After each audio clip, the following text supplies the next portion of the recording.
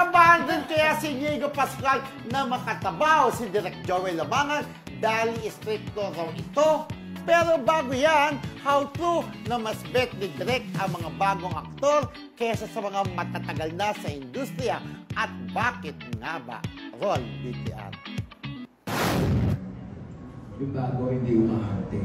May pagka-raw. Yan, gusto ko. Bagay dito sa pelikulang ito. Kahit ito mga matatanda na umahante, ayaw na umahante. Oo. Acting is no acting. Ngayon pa lang po, grabe na yung kaba ko, syempre, sa lahat na naririnig ko. Pero, napaka-meeting direct, alam kong gagabayan niya ako. Hindi siya basta-basta mananawat, hindi niya basta gagawin kung tawatin lang. Basta alam ko para sa movie, para sa pelikula, para sa karakter ko. Alam kong siya yung magagabay sa akin, parang ko. Ayan, di ba? Totoo naman na first time nga ni Inigo na may direct ni Joey Lamangan. Talagang admittedly, kinakabahan siya talaga. Pero alam niya gagabayan siya ni Direk Joey. Siyempre, alam niya marami siyang mga naririnig-rinig kasi na stricto si Direk Joey. At nagmumura pa yan di ba? Pagkamali. Kahit nga. Pero totoo, yung mga bagong artista kasi, kumbaga, kaya mo pang pagsabihan. Minsan yung mga matatandang artista na sabi niya, matatagal na, para sasagutin pasaway ka. na. Pasaway yung na. Yung iba, hindi naman natin nilalahat. Hindi naman lahat. Pero iba, malaki pa rin respeto kay Direk Joel. Pero tumatak din yun sa isip ko yung sinasabi niya, anong mahusay na isang artista ay yung yung hindi umaarte. Diba sabi niyang gano'n? Yung iba no acting. Acting pa. Marisol Soriano, natural acting. Nora Bilma, Catherine Bernardo, kasi may mga may mga acting na humingi ng award Gaya ni diba? Exaggerated, sabi. Sasabihin. Kagaya ng iba na, halata mo, acting mo para mapansin ka.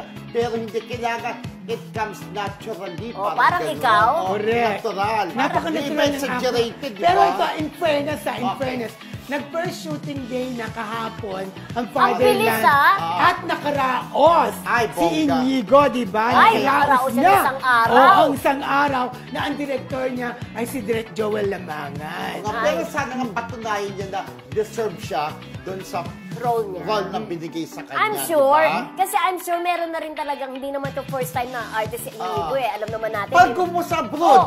Tama ba? Hindi, tsaka dito may ginawa na siyang pelikula dito. Kasama si Sofia Andres, kung hindi ako nagkakamali Meron na siyang ginawang pelikula dito. Tapos, meron. Sila ni Sofia Andres, tama ba? Na hindi naman inamin. Ikaw talaga sinabi mo. Nag-jowa, di ba? Oo. Tapos, nag-audition siya sa Hollywood, di ba? So, may experience. Actually, diba? At anak siya. Ni Piolo Pascual, di ba? May nagawa daw siyang pelikula ngayon sa ibang bansa. Kahit daw maikli ang role niya.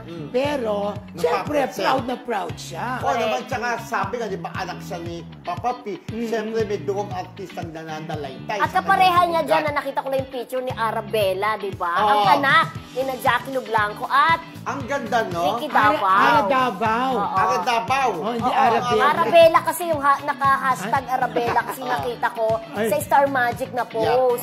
Baka pinalitan na. Arabella. Baka naging Arabella. Alaga. Ni Papa Ordilias, di ba? Ang flawless, ang puti, di ba?